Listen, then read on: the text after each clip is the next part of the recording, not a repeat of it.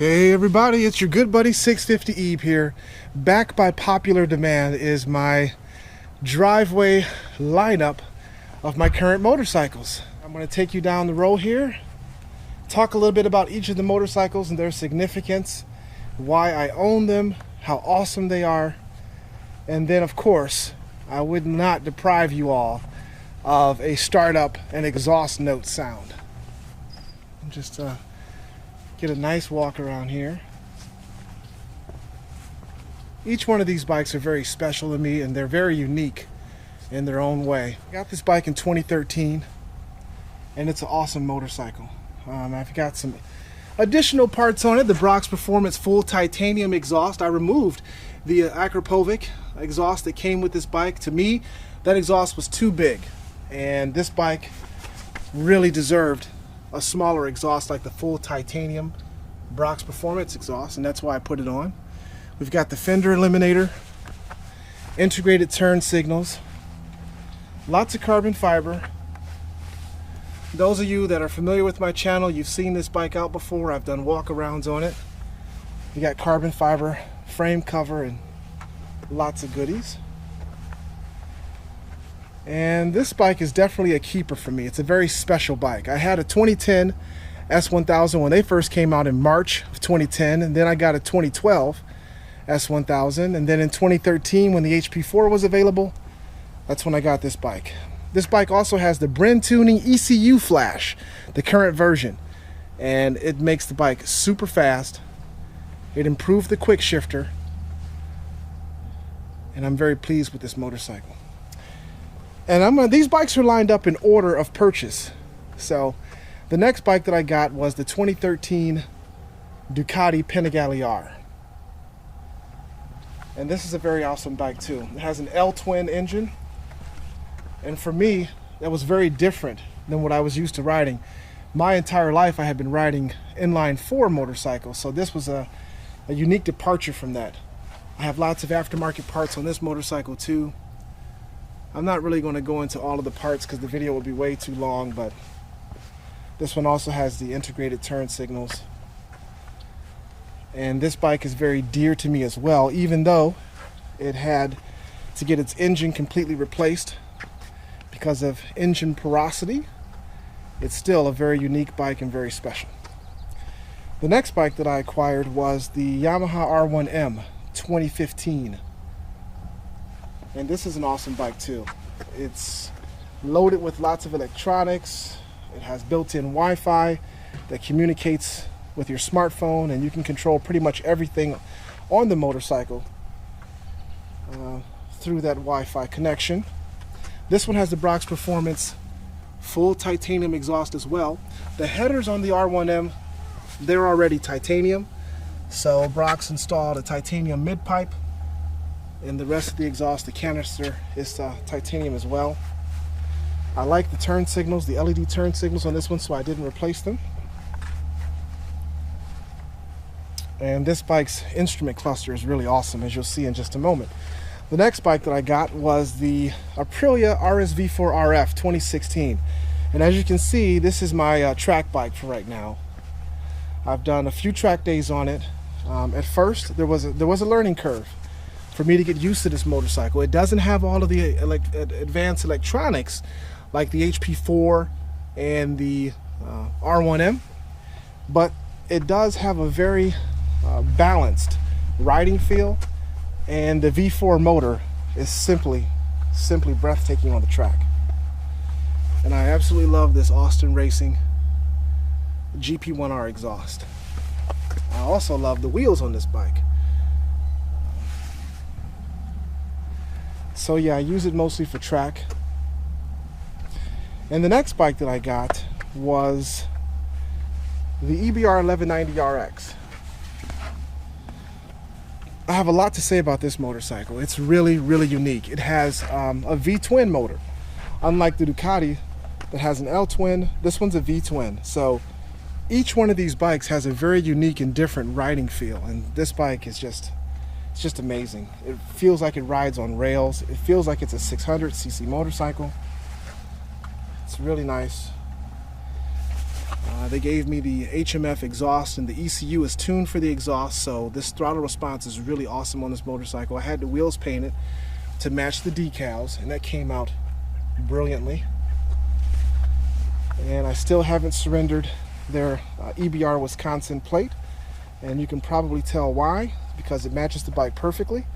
I had this aftermarket tail light and turn signals put on and got rid of the huge fender that was on there. This bike also has an awesome display. I'm a little bit out of order because I got my 2016 H2 before I got the EBR 1190RX, but I immediately sent it to Brock's Performance to have Brock tune it and add some parts to it. His exhaust. This is a hybrid exhaust. The headers are stainless, the mid pipe and the canister are titanium. And this is a CT megaphone. BST carbon fiber wheels, lots of carbon fiber parts on this motorcycle. It's been lowered 3/4 of an inch. It has a switch here that I call Savage Mode, that basically I have 2 maps on this bike. One map is for pump fuel, the other map is for MR12, and when it's on MR12, this bike is in Savage Mode. It's a 6 Savage. So those are the bikes, my current lineup. Let's hear how they sound, huh? Starting with the Ninja H2.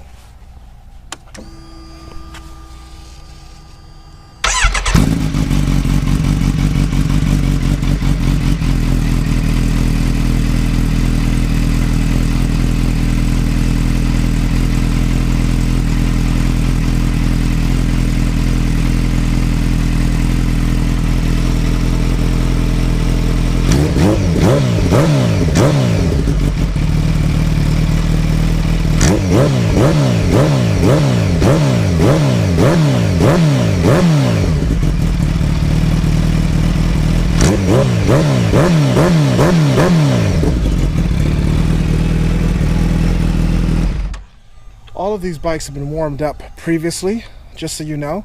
So these are not cold starts. So that was the Ninja H2. Let's hear how the EBR 1190RX sounds.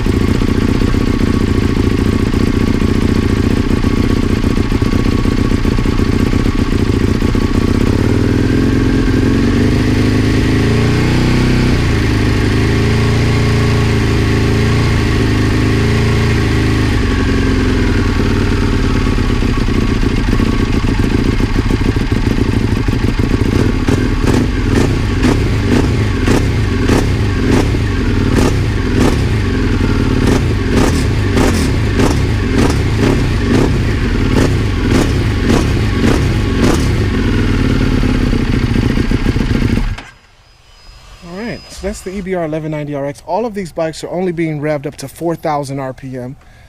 They're all getting equally revved to the same RPM, 4,000. So you can have a sound comparison.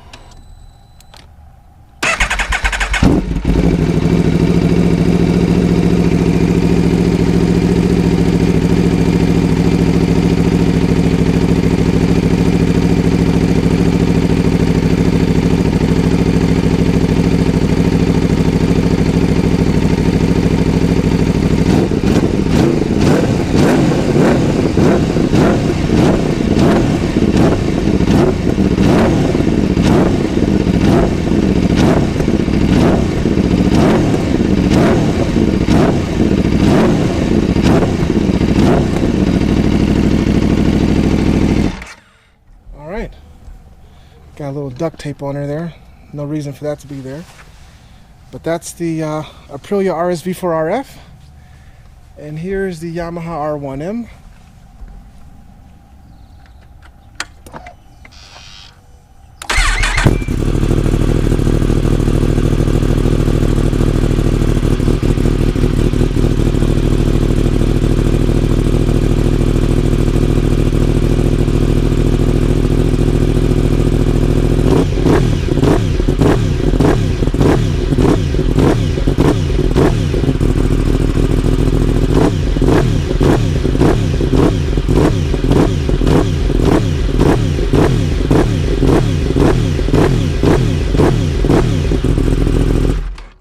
totally awesome. Again, each of these bikes are being revved to 4,000 RPM, and ever since Brock had this bike and installed his exhaust and tuned the bike, the throttle is extremely responsive, crisp, and no longer herky-jerky.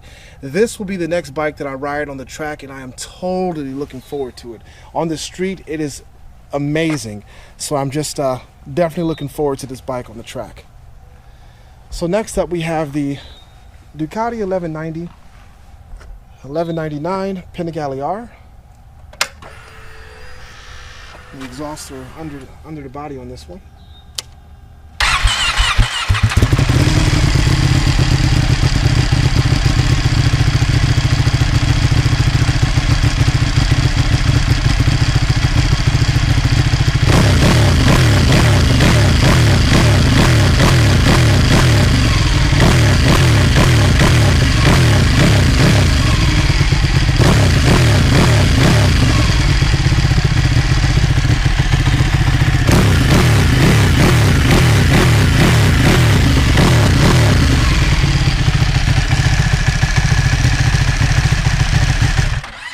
Yeah, I'm honestly still having an issue with this motorcycle. It should not be puffing white smoke like it's doing, so I'm going to take it back to the shop to have that addressed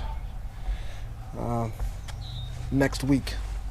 So here we are with the last bike, the first bike, and that is the BMW HP4. Let's hear how it sounds.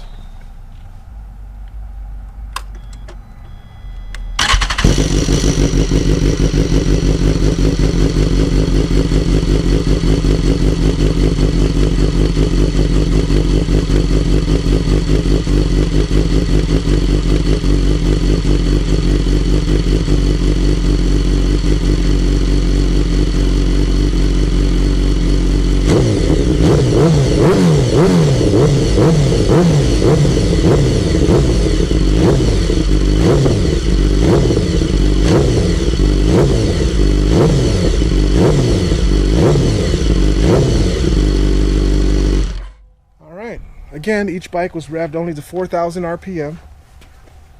So that is the lineup of my current motorcycles. Apologies that the location is not anywhere scenic. It's in my driveway. As you can imagine, it's a little difficult to pack all 6 bikes up and take them. I do have a trailer, but it only holds 4 bikes. So that's why we're in the driveway. Let's briefly take a look at the instrument clusters on these motorcycles.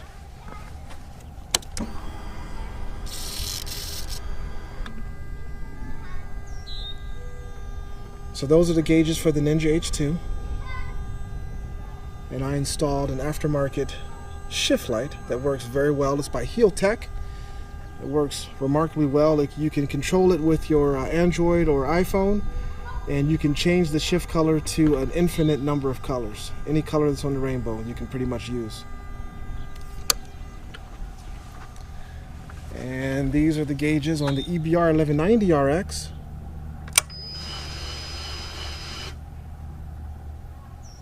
Pretty awesome. TFT, thin film transistor. It reads low oil before you turn the bike on because it's a V-twin, and when it's sitting on its kickstand here, it's not registering correctly that it has the proper oil, but that light goes off as soon as you turn the bike on and stand it up.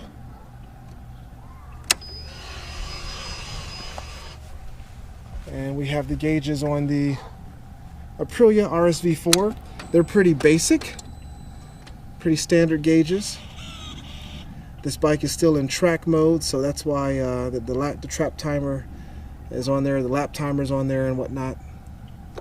Pretty basic.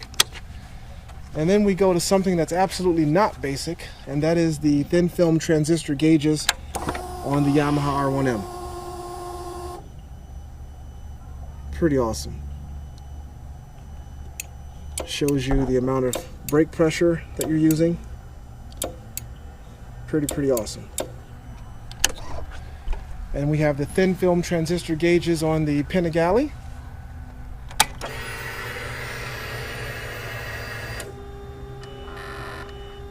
This bike has 10,103 miles on it. and it will be going back to the shop to get fixed this week. And we have the all business gauges of the HP4.